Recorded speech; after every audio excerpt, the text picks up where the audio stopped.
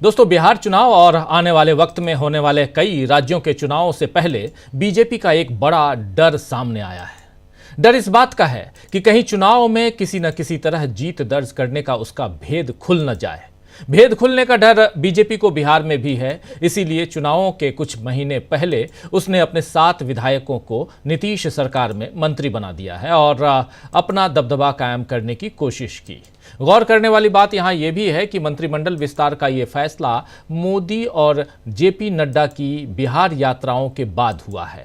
यानी बिहार में बीजेपी ने खेला करना शुरू किया है और नीतीश बाबू इससे परेशान हो सकते हैं। उधर राहुल गांधी के एक फैसले से सावरकर परिवार भी मुश्किलें, उसकी भी कहें तो मुश्किलें बढ़ गई हैं। सावरकर परिवार की मुश्किलें बढ़ गई हैं और राहुल गांधी पर चल रहा मानहानि का मुकदमा अब बीजेपी के लिए भी मुश्किल खड़ी कर सकता है। वैसे बीजेपी के लिए भी आज एक परेशानी की खबर और आई। परेशानी की खबर यह कि वन नेशन वन इलेक्शन के मुद्दे पर उसकी प्रगति यात्रा पर आज ब्रेक लगता दिखा, क्योंकि सुप्रीम कोर्ट के पूर्व न्यायाधीश जस्टिस यू ललित ने बताया कि इसके लागू होने में कौन सी संवैधानिक अड़चनें आ रही हैं। यानी 2034 में भी इस योजना के लागू होने के आसार नहीं दिख रहे हैं। अब मोदी कोई और चाल चल दें तो यह अलग बात होगी।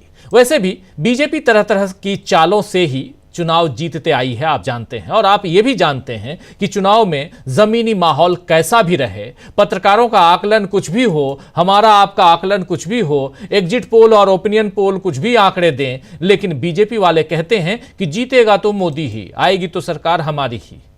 तो ये कौन सा भेद है जिसमें जीतेगा तो मोदी ही कहने का आत्मविश्वास बीजेपी में आ जाता है, बीजेपी के कार्यकर्ताओं में, उनके नेताओं में आ जाता है, खासकर नरेंद्र मोदी और अमित शाह में आ जाता है। ये बड़ा टेढ़ा सवाल है।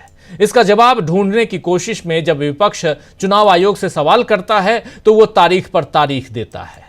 आज कांग्रेस नेता को एक ऐसा ही जवाब चुनाव आयोग ने दिया है। दरअसल रणदीप सुरजेवाला ने चुनाव आयोग से 2009 से 2024 के बीच हरियाणा और महाराष्ट्र में हुए चुनावों की मतदाता सूची दिसंबर में मांगी थी।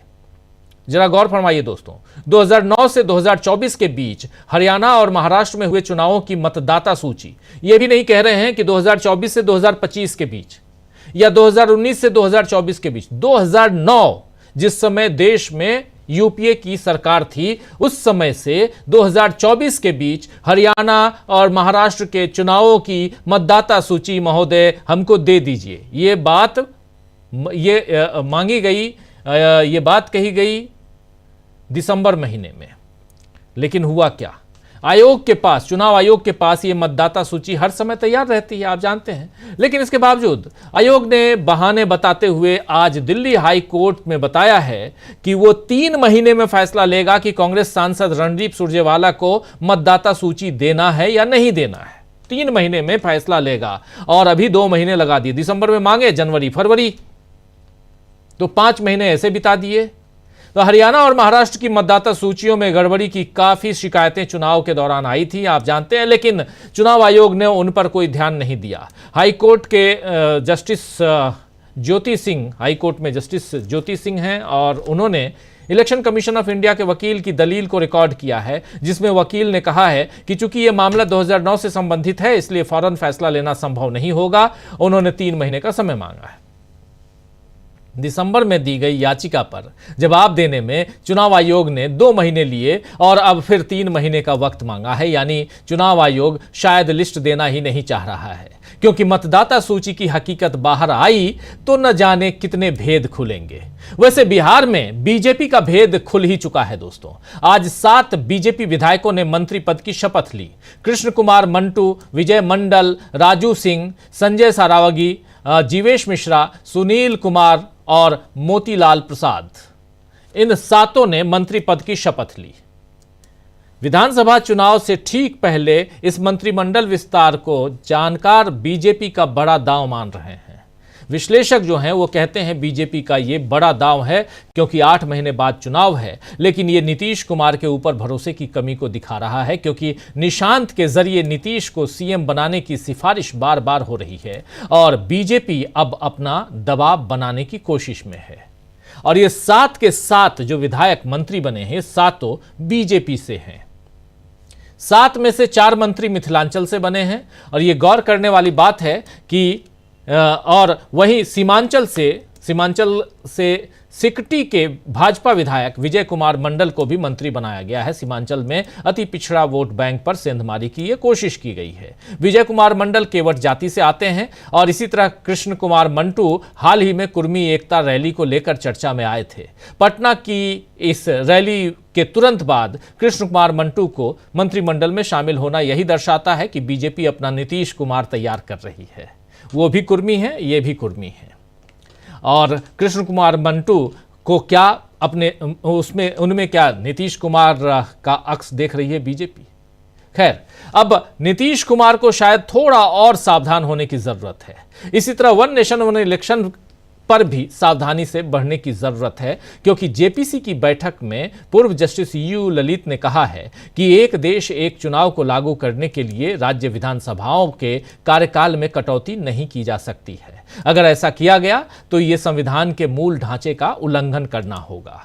इसको कोर्ट में चुनौती भी दी जा सकती है और इस बिल के कुछ प्रावधान सुप्रीम कोर्ट में नहीं टिकेंगे। ये पूर्व जस्टिस यू ललित का कहना है। अदालत तक अगर यह बिल पहुंचता है तो फिर वाकई बीजेपी के लिए मुश्किल होगी। वैसे ही जैसे अभी राहुल गांधी की याचिका पर उन पर मानहानि का दावा ठोकने वाली सत्यकी अशोक सावरकर को हुई है।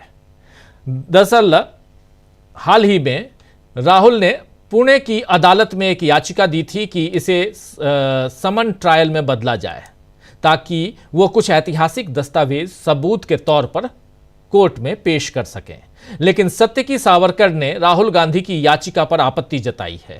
अपने हलफनामे में सत्यकी सावरकर ने गांधी पर यानी राहुल गांधी पर भारतीय स्वतंत्रता संग्राम में सावरकर के योगदान के बारे में अप्रासंगिक तर्क देकर मामले का ध्यान भटकाने का प्रयास करने का आरोप लगाया है। इसमें कहा गया है कि आरोपी एक बार फिर जानबूझकर भारतीय स्वतंत्रता आंदोलन के दौरान दामोदर सावरकर के योगदान के बारे में अप्रासंगिक तर्क देकर मामले को भटकाने की कोशिश कर रहा है।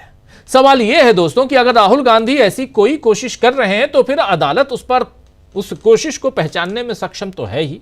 अदालत को तो इतना आता ही है, पढ़े लिखे जज होते हैं। ऐतिहासिक दस्तावेज अदालत में पेश होने से बातों की पुष्टि ही होगी और पता चल जाएगा कि राहुल गांधी सही थे या गलत थे। लेकिन उनकी याचिका को खारिज करने की मांग करना ही सवालिया निशान बढ़ाता है। तो ऐसे कई सवालिया निशान इस समय देश की सियासत में लगते दिख रहे हैं और देखना है कि मोदी के शासन में सवालों के जवाब मिलते हैं या नहीं मिलते हैं। बिहार से लेकर पुणे तक आखिर चल क्या रहा है और इन सब के बीच वन नेशन वन इलेक्शन बहुत कुछ इस पिटारे से निकालने की कोशिश करते हैं।